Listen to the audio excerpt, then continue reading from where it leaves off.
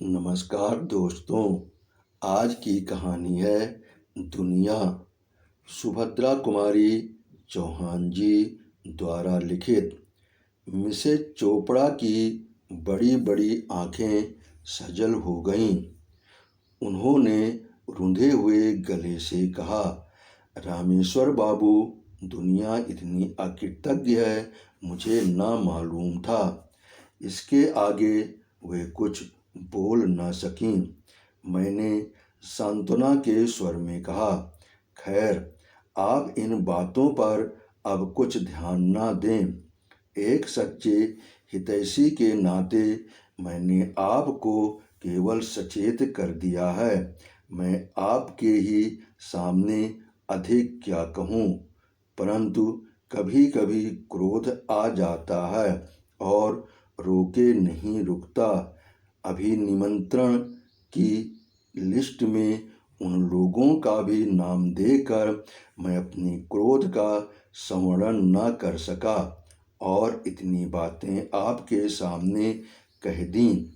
किंतु फिर भी मैं आपसे अंतिम निवेदन यही करूँगा कि जिसे आप अपना हितैषी समझती हैं वो आपकी भूल है।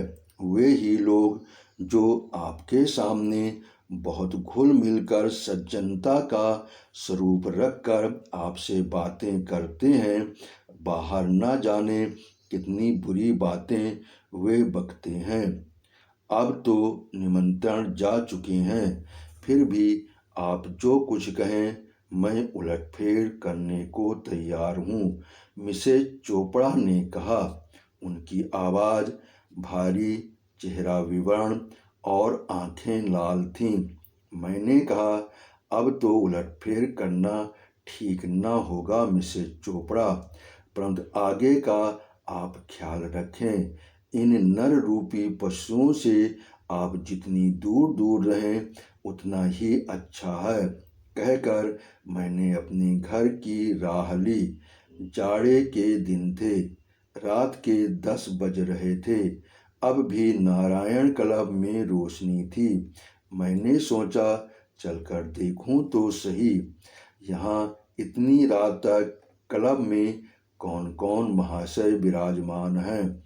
साइकिल दरवाजे पर टिकाकर मैंने अंदर कदम रखा ही था कि मिस्टर शुक्ला दौड़कर मुझसे लिपट गए। आइए आइए रामेश्वर जी, कहिए सब कुशल है ना? आप तो बहुत दिन के बाद दिखे। मिस्टर रामलाल ने आंख मारते हुए कहा, अरे भाई, आजकल तो ये बड़े घर के मेहमान हैं। हम लोगों के पास तक आने का समय इनके पास कहाँ। जब उधर से छुट्टी मिले तब ना। प्रेम नारायण ने चुटकी ली। भाई, किस्मत इसी को कहते हैं। हम लोग चक्कर ही लगाते रह गए और हजरत ने वहाँ ऐसा रंग बांधा कि अब वहाँ किसी दूसरे की पहुँच ही नहीं हो सकती। कहते कहते उसने मेरी पीठ ठूंकी। किसके विषय में कटुक्तियाँ थीं मैंने सब समझ ली। फिर भी कुछ अनजान सा बनते हुए बोला, तुम लोगों की बातें मेरी समझ में नहीं आईं। पहेली की तरह मत बुझाओ, साफ साफ कहो ना, किस बड़े घर के मेहमानदारी मुझे मिली है। सुना है कल मिसेज चोपड़ा के लड़के का जन्मदिन है और बड़ा भारी आयोजन किया जा रहा है। 150 आदमियों को चाय पार्टी के लिए निमंत्रण भी बांटे गए हैं। सच है ना रामेश्वर जी? मिस्टर शुक्ला ने पूछा। मैंने कहा, सच भी हो सकता है, झूठ भी, मैं ठीक नहीं कह सकता, पर मिसेज चोपड़ा के लड़के की वर्षगांठ और आप लोगों की इन उड़ी उड़ी बातों का क्या संबंध? मैं तो आपकी पहेली का अर्थ पूछ रहा था, जो कि अभी आपने मुझे बुझाई है। बनो ना दोस्त, अभी वहीं से आ रहे हो और कहते हो मुझे मालूम नहीं। हम लोग हिस्सा तो लगाने आते नहीं, फिर सच सच कहने में क्यों संकोच करते हो। एक कुटिल हंसी के साथ प्रेम नारायण ने मुझसे कहा। मेरे बदन में आग सी लग गई, फिर भी मैंने अपने क्रोध को दबाया। मैंने सोचा भला देखूं तो सही ये लोग किस हद तक जाते हैं। क्या आप लोग मिसेस चोपड़ा के विषय में कुछ कहना चाहते हैं? मैंने पूछा। मिस्टर शुक्ला कुछ गंभीर होकर बोले, हाँ भाई रामेश्वर, हम नहीं चाहते कि तुम भी उस भूल भुलैया में भूले भूले फिरो। मिसेस चोपड़ा को कौन नहीं जानता, सारे शहर में तो उसी की चर्चा है। भाई एक नज़र में तो वह लोगों को पागल बना देती है। औरत नहीं, जादूगरनी है। पर धिक्कार है मिस्टर चोपड़ा को, क्या उन्हें ये बातें ना मालूम होंगी? प्रेम नारायण बोला, अरे मालूम क्यों नहीं है, औरत की कमाई पर ही तो इतना बड़ा मकान खड़ा कर लिया है। नहीं तो 450 में आजकल होता क्या है। मिसेस चोपड़ा को कहीं मिसेस चोपड़ा को नहीं देखते, रेशम छोड़कर दूसरी बात ही नहीं करती। देखा नहीं किस ठाठ से निकलती है, कपड़े सदा कीमती पहनती है। घर में 4-6 नौकर चाकर हैं, ये उन्हीं की कमाई है। नहीं तो मिस्टर चोपड़ा के 450 में पूरा ना पड़ता भाई साहब। रामलाल ने घृणा भरे स्वर में कहा, भाई मुझे तो उसकी शक्ल से नफरत है। उसे तो यदि गृहस्थ न कहकर वेश्या कहा जाए तो ठीक होगा। पर पुरुष से ऐसी बेशर्मी से बात करती है, उसके साथ ऐसे खुलेआम फिरा करती है कि जैसे कोई वेश्या क्या करेगी। पढ़ी लिखी औरतें क्या हमने देखी नहीं? पास की ही मेज पर बैठे 2 सज्जन चाय पी रहे थे। अब तक इधर की बातें चुपचाप सुन रहे थे। शायद बात सहनशक्ति की सीमा से बाहर चली गई थी, इसलिए एक सज्जन ने कहा, बहुत बढ़ चढ़कर बातें तो ना करिए। यदि आप लोग जरा ही पुचकारे जाएं तो कल ही मिसेस चोपड़ा की जूतियां चाटने को तैयार हो जाएं। आप इतना बकते हैं तो कहिए, आपके पास प्रमाण है कि मिसेस चोपड़ा का चाल चलन खराब है। मिस्टर रामलाल के मुंह पर जैसे किसी ने थप्पड़ सा मार दिया। मिस्टर भगवती प्रसाद को देखकर वे जरा सकुचाए, बोले, आप क्या जाने, मुझे तो सब मालूम है। ये इतने आदमी जो कहते हैं क्या सब झूठ ही हैं? भगवती प्रसाद ने तेज स्वर में कहा, मैं उन्हें आज 20 साल से जानता हूँ।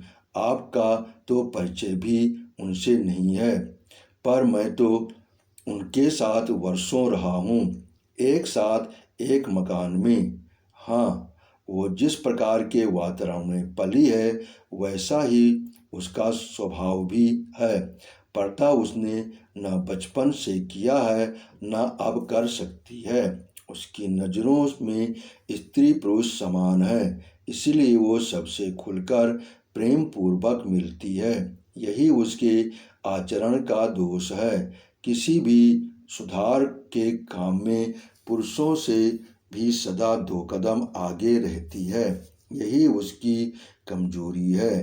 कहते कहते भगवती प्रसाद का चेहरा आरक्त हो गया। सब लोग चकित दृष्टि से उनकी ओर देख रहे थे। हम लोगों को अनुमान भी न था भगवती प्रसाद भी मिसेस चोपड़ा से परिचित होंगे, क्योंकि हम लोग उन्हें परदेसी समझते थे।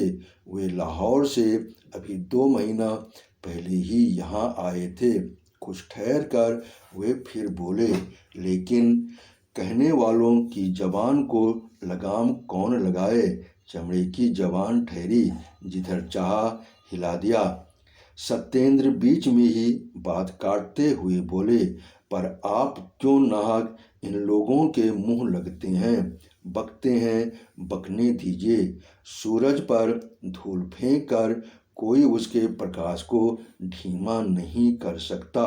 धीरे धीरे रामलाल, प्रेम नारायण और मिस्टर शुक्ला खिसक गए। अब वहाँ पर मैं, सत्येंद्र और भगवती प्रसाद रह गए। हम लोग भी घर की ओर चले। रास्ते में मुझे संबोधन करके भगवती प्रसाद ने कहा, रामेश्वर जी, तुम में इतना साहस नहीं कि उनके मुंह पर थप्पड़ लगा देते। ये तो तुम्हें भी लांछन लगा रहे थे। मुझे तो ऐसी बातें कहते तो मैं बिना मारे ना रहता। मेरे मुंह से कोई बात ना निकली। सच बात तो ये थी कि मिसेज चोपड़ा मेरे लिए भी एक पहेली सी थी। आज साल भर से मैं उनके घर रोज जाता रहा हूँ।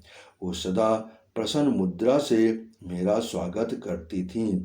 उनकी वाणी में वह मिठास थी, चितवन में वो मोहकता थी कि कभी कभी मैं ये शक करने लगता कि शायद उनका मेरे साथ अनुचित तरह का प्यार है, किंतु दूसरे ही क्षण मैं होश में आ जाता जब मैं देखता ठीक वैसा ही व्यवहार वे दूसरों से भी करती हैं। वह इतनी मिलनसार थीं, स्वभाव में इतनी मधुरता थी कि हर एक मिलने वाला यही सोचता हुआ जाता कि उसके साथ ही ऐसा व्यवहार किया गया है, और साथ ही दुष्ट प्रकृति वाले ये भी सोचते कि वे उन पर आसक्त है, इसीलिए ऐसा मधुर व्यवहार करती है।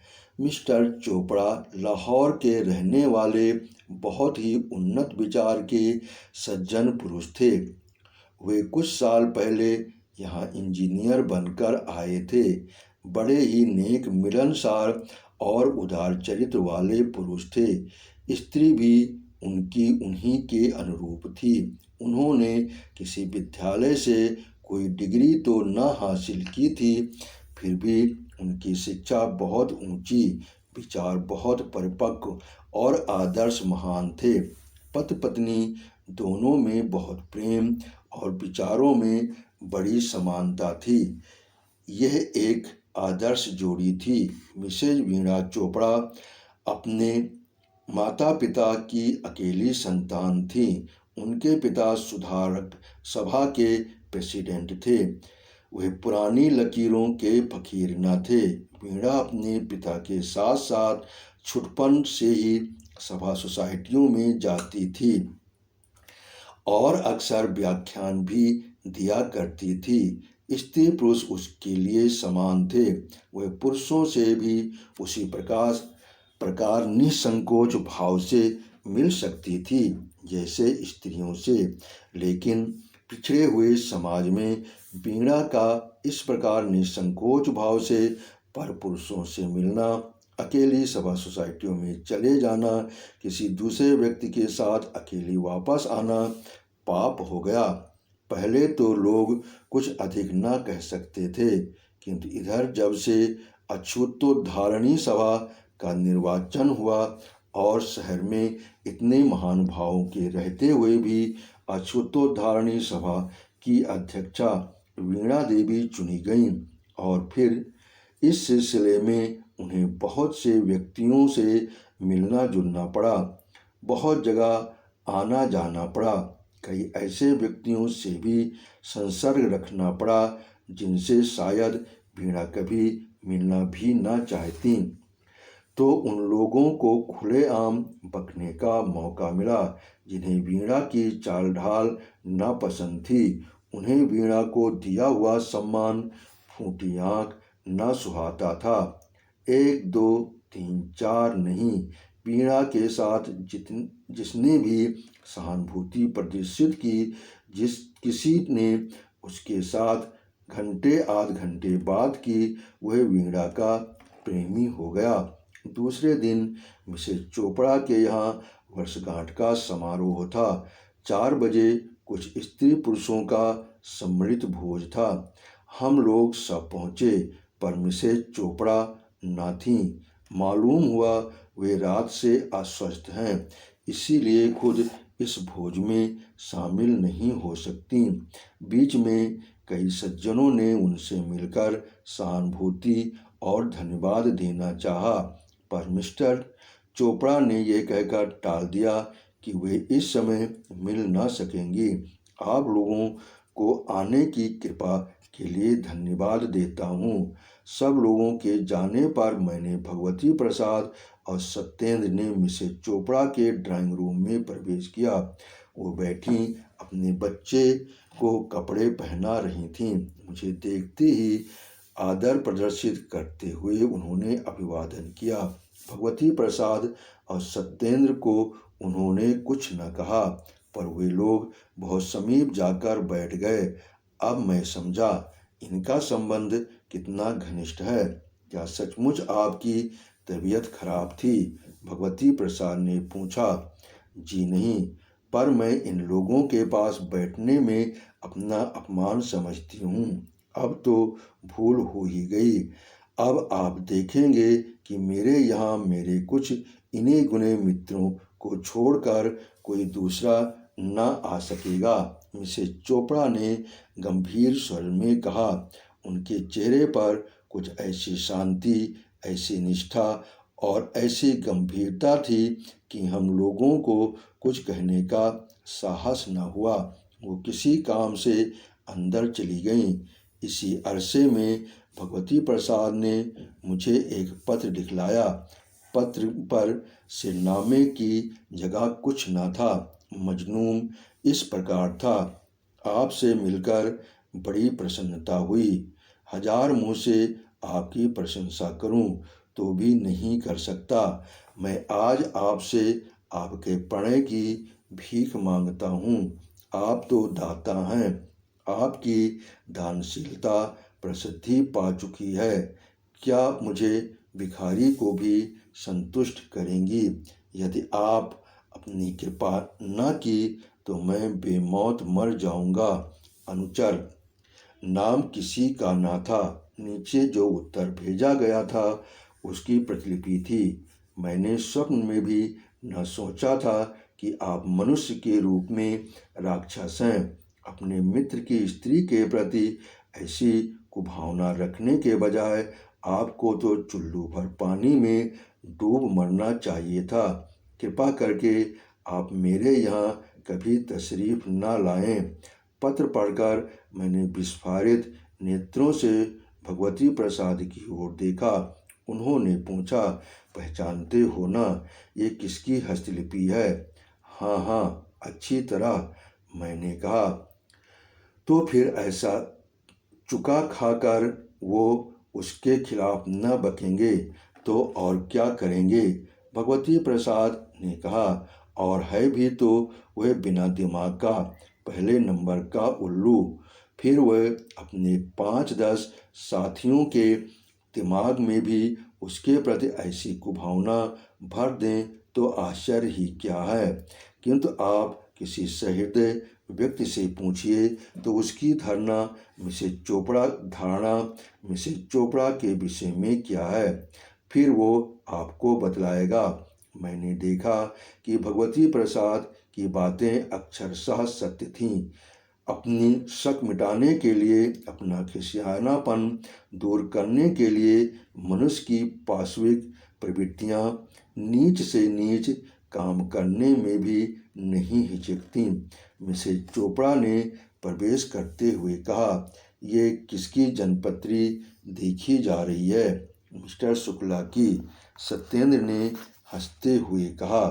आपने कहानी सुनी, इसके लिए आपका बहुत बहुत धन्यवाद। आपने सब्सक्राइब किया, इसके लिए मैं दिल से आभारी हूँ।